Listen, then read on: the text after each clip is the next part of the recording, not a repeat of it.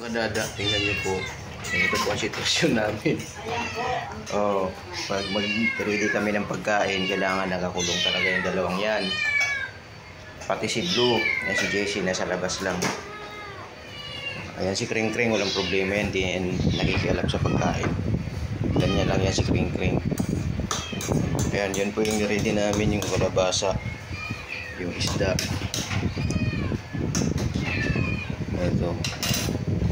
Lalagyan pa natin ng cat food, no?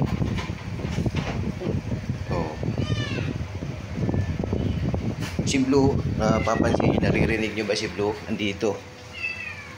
Diyan sa kwarto. Kasi nga, isa rin yun sa, ano yun, magulo yun pag nag-ready na ng pagkain.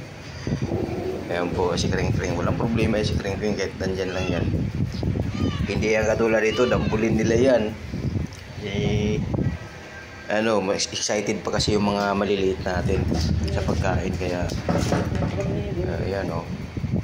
Kamiya na, Jessie. Napapansin nyo ba po mga kadada, ang inuuna namin yung pusa kasi sila mga subihib lang yan, katulad ni Papa Abra o. Yan yung mga pusa kasi, yung mga baby natin, yung mga pusa na sobrang ano nila, sobrang maligalig, kaya sila muna ang mauna. Si Ate Kring Kring, walang problema yan. Pag mag-ready ng pagkain, nakatingin lang yan. Yan, ganyan si Ate Kring Kring. So ito yung kay Jessie. Ayun na, naka-akit na siya. Kay sobrang dami yata, buwasan mo. Kay Blue.